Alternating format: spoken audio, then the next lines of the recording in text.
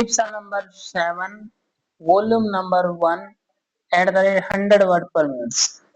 Now, I would like to say that with this measure we are now adopting, to my mind, it will not be possible to have this system or any other system functioning effectively. The number of clauses that we have included are so restrictive and rigid that it will not be possible for any system to function in this country.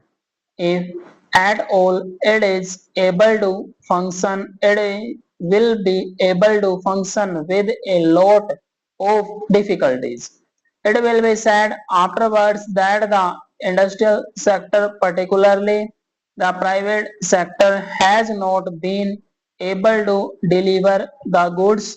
I would like to warn the government that if anything happens in the future in which industrial production in the private sector has not gone up, it would be not because of any lack of efforts on the part of the private sector, but because of the measure that we are now adopting.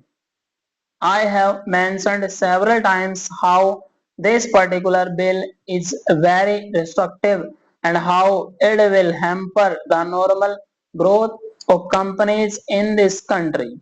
It is a pity that when we are on the threshold of the second 5-year plan, such a measure should be passed in this house.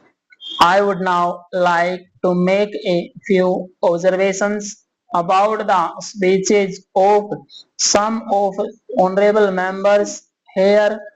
Sri Asoka Mehta justifies the restrictions on managing agents by saying that managing agents are no longer the main source of finance. He also argues that profits have been high and will continue to remain high, and therefore he would like to see the managing agents being paid on a sliding scale. He is in the habit of referring to a number of books and making quotations from a number of them published in America or in other countries, and particularly by some of the professors. I would also like to mention to him that even when companies are floated, it requires a certain amount of confidence amongst the investing public, and it is because a particular firm is managing a particular company that this confidence is created in the investing public. Even there, as the Honorable Finance Minister has said, there is a sort of overall tight control. New banks and insurance companies are not floated nowadays. What you have are the few banks which are existing and the few insurance companies that are existing. The other point is that the credit worthiness of the managing agency firm does count to a certain extent in getting credit from the banks and other financial institutions. Yesterday, it was mentioned by my honorable friend that the crux of the problem is the question of payment of remuneration to a particular managing agency system. He said that in this bill, a definite encouragement has been given to the alternative type of manager, namely the managing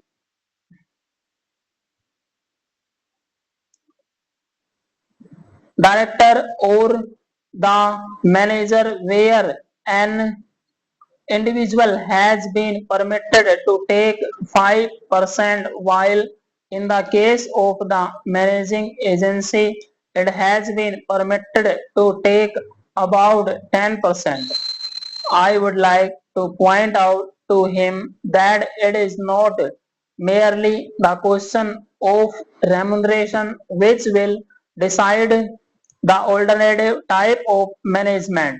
The remuneration is not a very important thing unless and until you allow a certain amount of flexibility for any system to function. It will not be possible to evolve any other system to take the place of the managing agency system. In spite of so many cyclists, you may find that those few business houses which are carrying on now may have to carry on the present basic. You may not find many new people coming in the field. Several times it has been mentioned in this house why the business community has not prescribed for itself a code of conduct. In this connection, I would like to point out that a degree or diploma is essential for the profession, and in the case of violation of the code, sanction should be provided by it to prevent a person from practicing the profession. Today, even Asoka Mehta and Sri C.C. Shah can set up a grocery shop and become businessmen. Nobody lays down any condition for starting business, and nobody can prevent others from containing it. But I would like to point out that with regard to the code of conduct, there is certain amount of ethics and there are certain standards and traditions on which business houses function. If a particular firm has not got proper ways of managing its business, you will find that that business house will find it difficult to function, and it would be difficult for it to command the confidence of the business community. It would not be possible for it to function as effectively as firm which has proper ways of managing its business. That is sufficient as a code of conduct. It is not possible to prescribe a certain code of conduct in the manner it has been done for the profession in general. Full stop.